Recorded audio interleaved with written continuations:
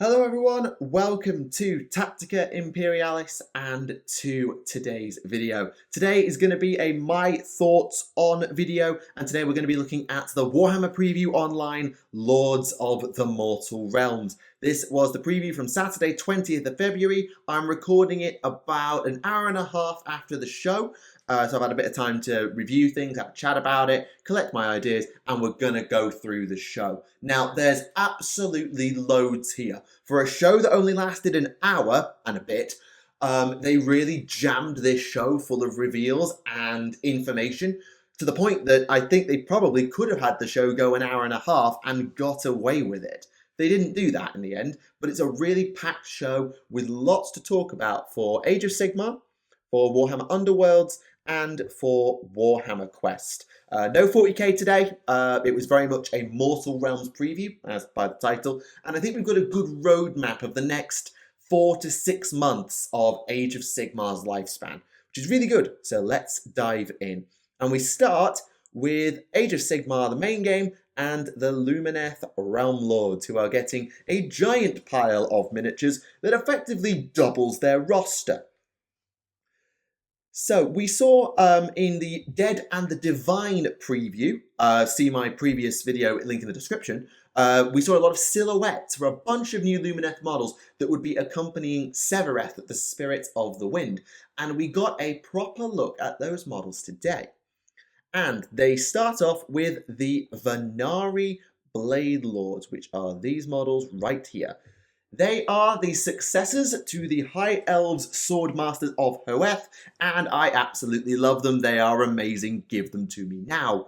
I've actually painted one of these, sort of, in the form of Alen, I think her name is, from Myari's Purifiers. I've painted one of these Swordmaster, Swordmistress type miniatures with this armor design, and they're lovely to paint. I really enjoyed painting her. I really enjoyed painting these models in general, and I can't wait to get a unit full of them. We've got lovely long great swords. I like this little knee pads on the armor. The helms are the right amount of extravagant because they're Vanari, so they're not ridiculous, but they are more ostentatious than the Sentinels and the Wardens. And a bit more logical in that they've got a smaller top because they're sword masters. They're going to be spinning around and stabbing and moving a lot more than, say, a pile of pikemen will. They've got these lovely back banners, which is really cool to see. They're really nice. They're actually very different to Alen's because she has, well, it's kind of the Tower of Hoeth, really. And these guys have this rune as well as the moon symbol here. She's got a lot of tower symbology, which I really, really like as a reference to the White Tower of Hoeth. And they seem to come with an option. I think this is the unit champion who's dueling two sword with twin blades, which kind of reminds me of the Dark Eldar Incubi, now that I stop and think about it, who've got the normal ones who have the claves, and then the unit champion has got twin swords. Though we're not entirely clear from these images who is the unit champion. The one gripe I have is this little thing here, this like rosette. What's this all about? It's really weird, and I don't know what it's for. I don't get it. Otherwise, though, I love these models. 10 of these in my army. No ifs, buts, or coconuts. Yes, please. They then showed us this model, another Vanari model, the Star Shard Ballista, which is a hybridization of the Reaper and Repeater Bolt Thrower from the High Elves and Dark Elves back in the day. In terms of design, it actually draws more from the Reaper Bolt Thrower, the Dark Elf variant, because it is with the bow sort of vertical rather than horizontal, like the Repeater Bolt Thrower, and more like a Scorpio type of thing. This is more Dark Elf in terms of its design, with the vertical bow. It's got the triple bowstring that we're used to, so I'm guessing it will have multiple modes of fire, just like the Auralan Sentinels do. It's not a blowpipe, this is just an awkward position of the pose, and this quiver is ludicrous, but it's not being carried on this elf's back, as far as we know anyway. It is a ludicrous quiver, I'm not going to argue. It's like, how are you going to carry your bolts into battle? A ginormous quiver. Okay, sure. And instead of like defensive stakes, they've decided to give them these ether quartz shield generators, and it really makes it stick out against, say, the Celestar Ballista that the Stormcast Eternals have, which is another bolt thrower type war machine. This is very different to the Celestar Ballista, and I am very much here for it. And it will definitely find its way into my army because my Lumineth are very much Vanari based. I play Iliatha. And then this. Oh, model of the day. Done. Close the poll. Model of the day. Shut up. Not having any argument. This is the Shrine Illuminor, and oh my god, it's amazing. Oh, by Tyrion and Teclis themselves, it is amazing, amazing, amazing, amazing, amazing. I want it now. Into my veins you go. Yes, please, yes. It is stunning. I love this model. I love the aesthetic in terms of combining the mountain and the peak by being raised up and the river spirit, and you assume the wind is going to be whipping through here as well, really hybridizing the elements of Hish, which is great. The waterfalls look gorgeous, but we knew GW could do that with the Ideneth and the Blood Skull of Khorne. I've forgotten its name, the Judgment of Khorne, and it creates a really nice triangular base. Instead of having this narrow support at the back, you've got this triangular support, which will really help to keep the thing stood up on the battlefield, because this is a new Lumineth terrain piece that serves as a magic booster, as far as I'm aware. Even if it's terrible in-game, even if it's utterly useless, I'm still buying one. Oh my god, I love this model. It is stunning, and it makes up for the Daughters of Cain not getting a terrain feature. This makes up for it. It does. Wow. Wow, wow, wow, wow, wow. Model of the day. I'm not hearing any argument. Sorry. And there was also a lot of new heroes. So, there were actually 8, I think, give or take. So we start off with this character. This is the named variant of the Vanari Lord Regent. I've forgotten his name, but he is from Ymetrica. He's got a fancier hat, a fancier shield, and his own unique mount. And this will be part of the Vanari Lord Regent kit. I'm probably not going to build him as this variant because as I mentioned earlier, I play Iliatha rather than Ymetrica, but it's a lovely model, and I do like the Lord Regent because I never got to talk about it back in the past. We've got the Huracan Spirit of the Wind. This is the unnamed version of Sevireth, and it looks really nice. We've seen this last time. I talked about that extensively in my Dead and the Divine preview discussion. It is a lovely model, and I want one right away, please. Vanari Battle Standard Bearer. BSBs are back, and I am so here for this. Yes, I love this model. It's not my favourite because Shrine Illuminor, but it is a gorgeous model that will fit right at home into a Lumineth Realm Lord's army. Serried ranks of infantry with heavy infantry, archers, war machines, and then flying over it all, a ginormous magic banner of nonsense. Could you get any more high elves? And then you just throw in cows and flying foxes and kangaroo cavalry. And yeah, okay, it starts getting a bit weird at that point, but it is so high elves, and I love it. I love the design. I love the fact that it's comically oversized, and they've justified it by saying it's like made of pure light, which is just ludicrous, and I love it. The headdress is a bit silly, combining the moon and sun Tyrion and Teclis thing, but also it kind of makes sense, so I'm here for it. We got a Huracan hero, sort of the equivalent to the Alarith Stone Mage, I assume. This is the Cloud Lumineth. I love this little mace thing here. This is another unique design for them. This sort of fan-bladed staff, and the sense of momentum of this model with the pose leaning into the wind, it's whipping past them with the cloak billowing out, their back robes billowing out as well. There's so much momentum, and it really looks like they're arcing around to go on the charge, and then they went and ruined it with that base. I don't normally get angry, but I hate these flying bases. My Eels hate them, my Alapex hates them. Why did it have to be on this kind of base? Couldn't it have just been on a ball joint? I think it's going to need some creative terrain to make this one work, depending on, because it looks so top heavy or front heavy. I can't see it staying on that base very well. I'm really concerned about that. But overall, the general model is stunning, and I'm here for it. Yes, please. Great model. We then got, I think they're called a Calligraph for the Sinari, which is the same group as the Cathalar. And this is the one model from the show that I have no defense for. I'm sorry, I have no defense for this model. It's weird. It's really weird. They're wearing stilted clogs with a floating scroll that they're painting on that's going to snap in 3 seconds. That's a paint pot of liquid ether quartz in their left hand, and the hat. I know I've defended Lumineth hats before, but even I'm struggling to defend this one. This is not a model for me. It's a display model, it's not a gameplay model, it's too elaborate in some ways, and it's too fragile to me. I think it's just too fragile and a little bit comical. I think it's crossed the line of comical, and I know I've defended the Alarith Stoneguard, I've defended Teclis, and I'm not defending this. I know, odd, but this is the one model I think doesn't work for me. I'm sorry. This one does, though. This is the return of the Lawmaster of Hoeth. I've forgotten their real name. Vanari Lawkeeper, I think is their name. They've got a staff that very much matches Teclis's. They've got the armor design of the Vanari Bladelords we met earlier. The hat's slightly more elaborate, and I think this is awesome. It's a great throwback to the Lawmasters of Hoeth, having a mixed beatstick wizard, and I get the feeling that an army like mine, probably my army will be built around Teclis, Eltharion, a Lord Regent, and this guy. And a BSB, of course. They'll be probably my 5 heroes, then supplement and maybe swap out Eltharion for one of the spirits, depending on what mood I'm in. But certainly Lord Regent for my Dawn Riders and the Huracan Cav, this guy for my infantry, Teclis because he's Teclis, and yeah, here for that. And finally, we got a really, really interesting pair of models.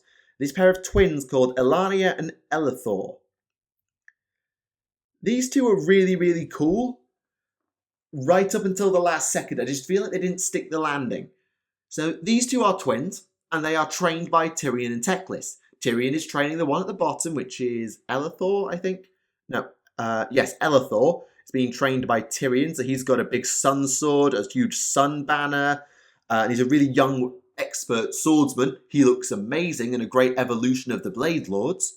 And Elania is being trained by Teclis. She's got a lot of moon imagery, like the crest of her helm is moon-shaped, but she's also quite similar to an unarmored Teclis in terms of the pajamas and the onesie type thing. She's really quite nice. I like the staff. I like the tablet on the staff. The owl's really nice. It's just the pose where I think they didn't stick the landing. To be clear, I really like Elithor's pose. I love this pose. It looks badass and really cool. I actually really like Elania's pose. I think she looks quite dynamic, like she's leaping down or on a current of magic. Really cool. But why is she stood on top of his back banner? I get it if you wanted them to stick on like a 40mm base or whatever base that is, 40, 50mm base. I get it, but it just looks super fragile. Again, it's kind of like a display model because there's no way you could put them in a box, take them to a tournament, and she doesn't snap off of his back. They're so fragile when they're posed like that. And I think what I'm going to end up doing is creating, with spare bits from my Sigmarite Dace, the Shrine of Luminor and stuff like that, I'm going to build like a rocky outcrop up here, put Elithor on the left and Elania sort of leaping down with 2 feet on the rocks. So her front foot is down here and her back foot is up there leaning against the rocks on the right hand side, and put them side by side, because side by side they'd look amazing. Just give Elania a rock to be jumping off and she looks amazing. Elithor looks amazing. I can't fathom, aside from gameplay of wanting a 40mm base for this unit, why they're designed like this. Could you not have put them on a 60mm base, like side by side, or a 75mm scenic base where they're both up on rocky outcrops like Eltharion is or Teclis is? These guys are named characters. They can be given that treatment.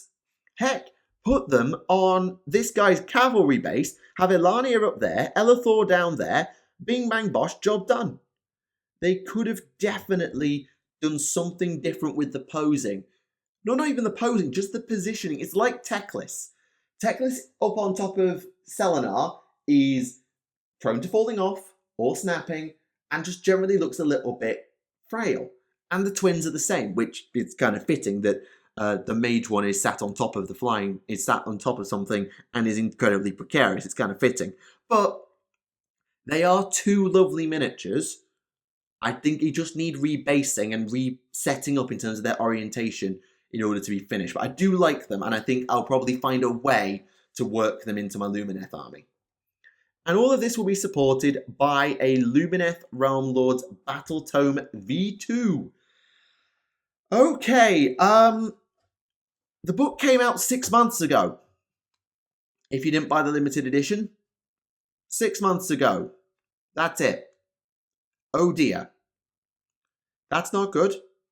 That's a bit of a slap in the face to Lumineth players, and a huge slap in the face to some other armies who've had to wait ages, like Nurgle, or, I don't know, who are the other old ones now? Nighthaunt as well. They're quite an old one from early AOS 2. Stormcast, you could argue as well. Not that they need any more units, and we'll get to Stormcast and Nighthaunt later, actually.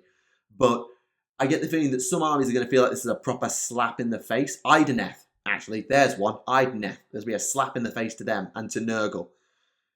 So I don't agree with the second Lumineth Battle Tome. But they did say that all the War Scrolls will be in Broken Realms tech list. So it could be worse.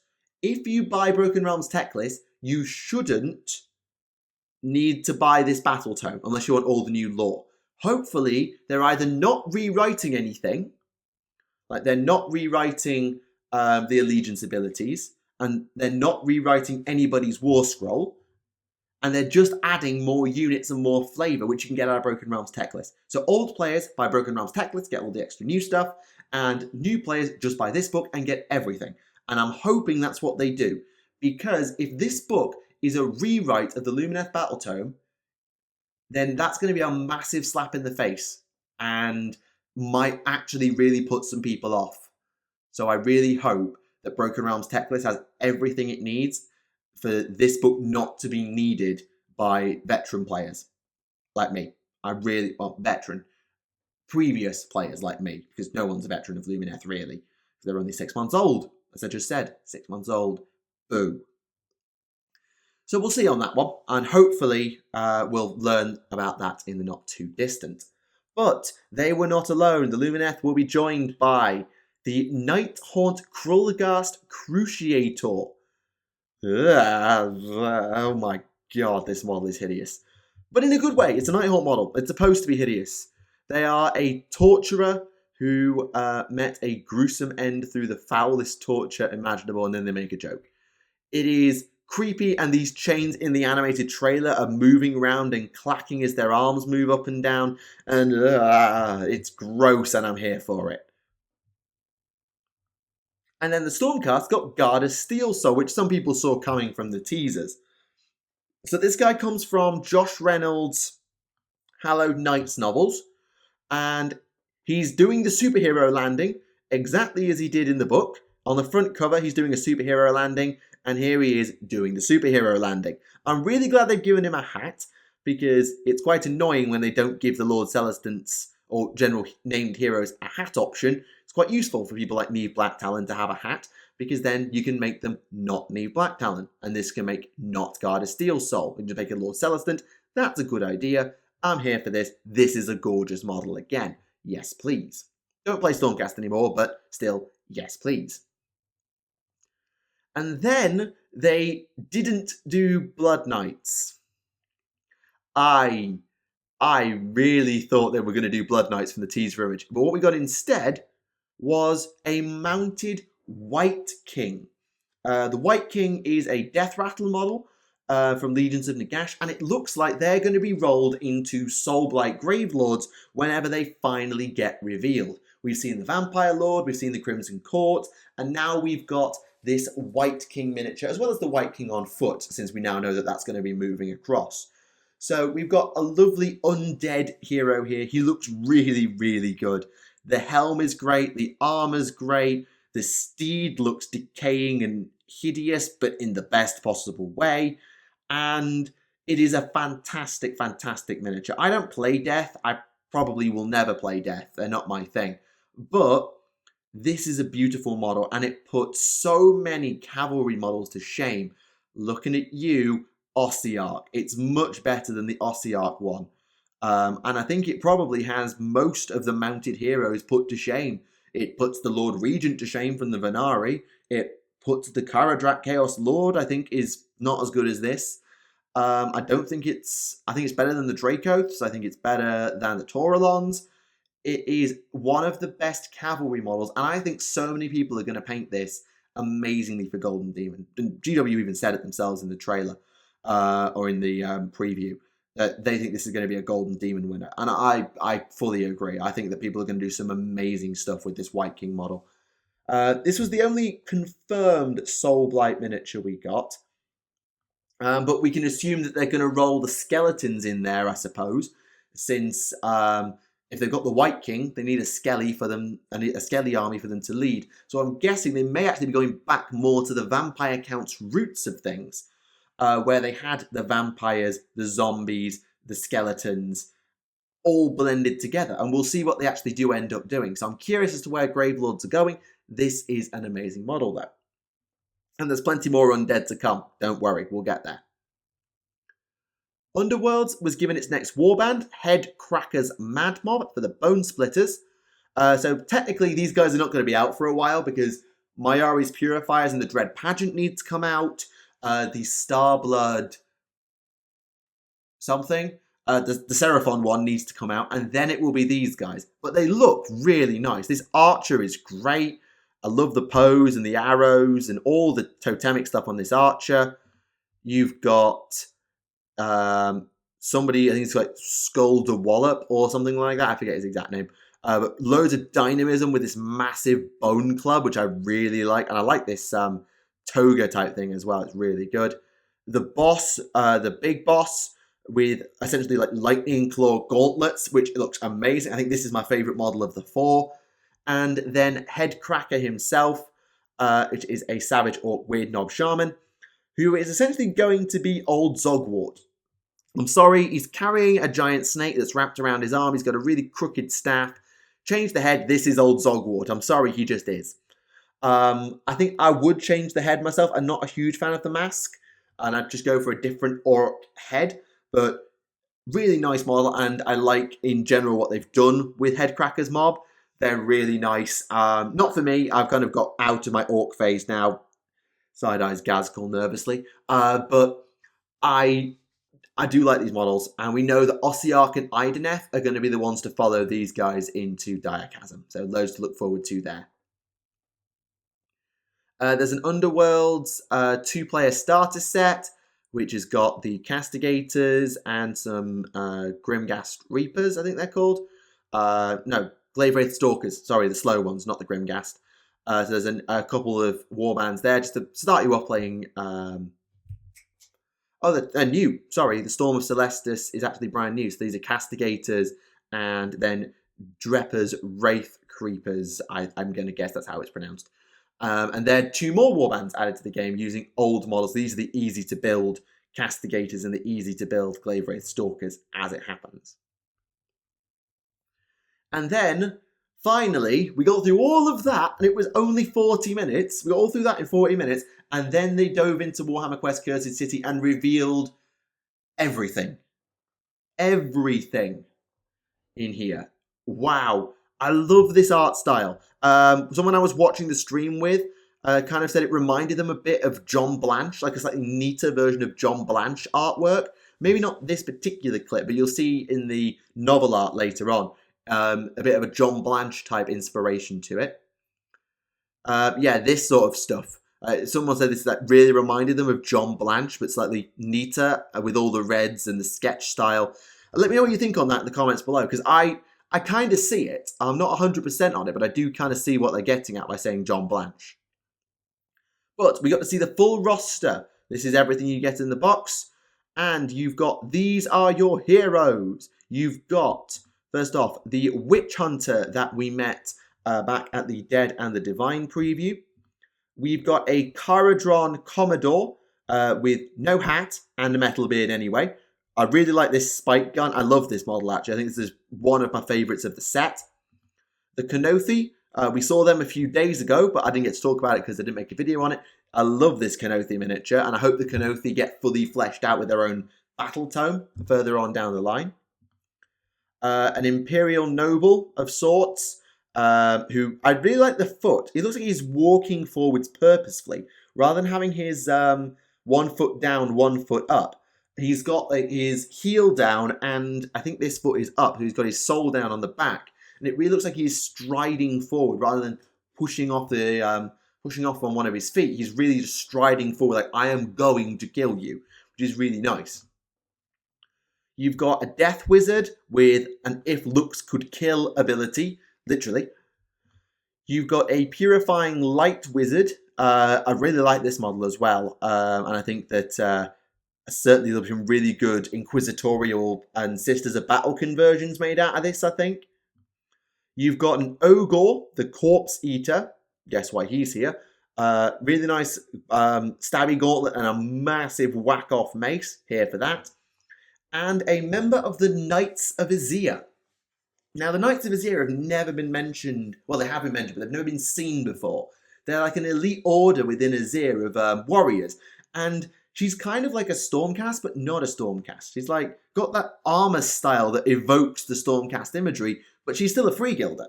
And they're some of the elite knights of, well, Azir, clues in the name. So I'm really pleased to see one of these in miniature, and I'm really hoping that we get to see Agents of Azir, or even the Knights of Azir themselves, in a battle tome for Cities of Sigmar at some point in the future. And there are war scrolls in this book for all of these miniatures. On the bad guys side, oh boy, lots to talk about. We've got Bat Swarms. I like this one. I like this big bat. I like that one. We've got Rat Swarms. Skaven players rejoice. We've got Undead Zombie Ogres. Eesh, they look terrifying, and those axes are monstrous. You've got the Ulfen Watch. These are the skeletons. We've seen these guys before. Not these ones in particular, but we've seen some of their captain before. Hoping I'll find their captain, but I don't think I will. But you've got lots of different skellies, and hopefully this sort of influences what the Soulblight Gravelord skellies are going to end up looking like, but they look really nice. We've got Dead Walkers. The first look at some zombies for the first time in Age of Sigmar with unique zombie miniatures, all impaled on their own tombstones. Jeez. And they look sufficiently horrifying, and if this is the direction they're going with Dead Walkers, I am all here for it, yes please. And then the heroes, you've got the big boss, the Wolf, who is a Vampire Ogre. Yes, you heard me right. Vampire Ogre. Jeez, ouch. You've got the Wizard character who can communicate with these various semi-undead beasties to keep an eye on you. We saw him a few days prior. He looks good. You've got the captain of the Orphan Watch, who we've seen before. And I think they called this thing a Vargskir, I think. It's a death claw. That's all it is to me. It's a death claw from Fallout, but with weird ears and fur. It really reminds me of a death claw. But it's gorgeous, it's huge, it's terrifying, and if that's in the Soulblight Gravelord's army, then oh my gods, I'm not going to have fun killing that. And we've got the Gravedigger. We saw him, the Gravekeeper, with his shovel and his weird hat. And we got these guys as well, the Bloodborne. They're like vampiric offspring of the wolf. And one thing I really like about this one is the eyes. Look at the way they've designed the eyes with the sculpt and the painting.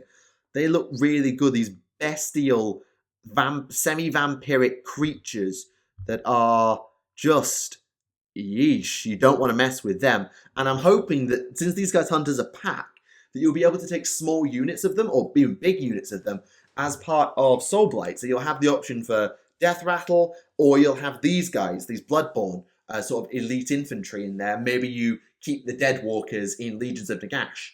I don't know. I don't know what they want to do with it, but I hope that this isn't the only place we see these models, because they're really nice.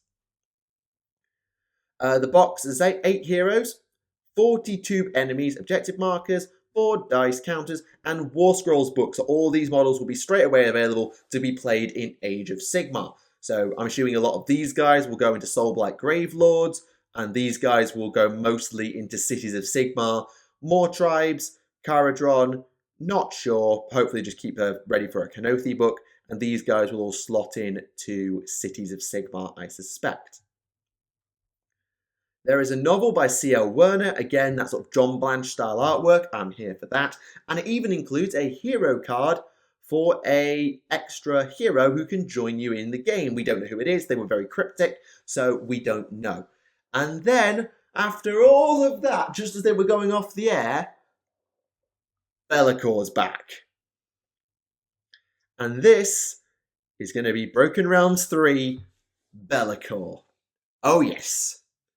Oh, yes, please. Yes, please. Order's had its day in the sun. Let's give Chaos a push and then bring in Gordrak for destruction. Oh, I'm here for this. And it looks like from the various snippets, I'm not going to play you the trailer here, but from the various snippets in that trailer, it looks like they've not changed Be'lakor all that much because they didn't really need to. His old model was plenty serviceable. They've just updated it, kept the pose very similar by the looks of it with the pointy hand.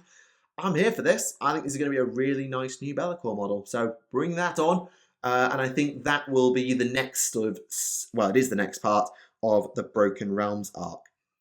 So there you have it. That is everything from the Lords of the Mortal Realms online preview. My goodness me, a lot happened on this show. I'm sorry, I'm going back up to that Shrine of Luminor because I'm sorry, I can't not. It's me. It's me. I can't not go back to this image because, oh, yes. So, what are my thoughts on this show overall? Dense as anything, but some amazing miniatures. Like, some absolutely incredible miniatures. The Lumineth are getting a real mix of high quality and slightly kooky miniatures. There's only really one that I can't defend, and that's the Calligraph.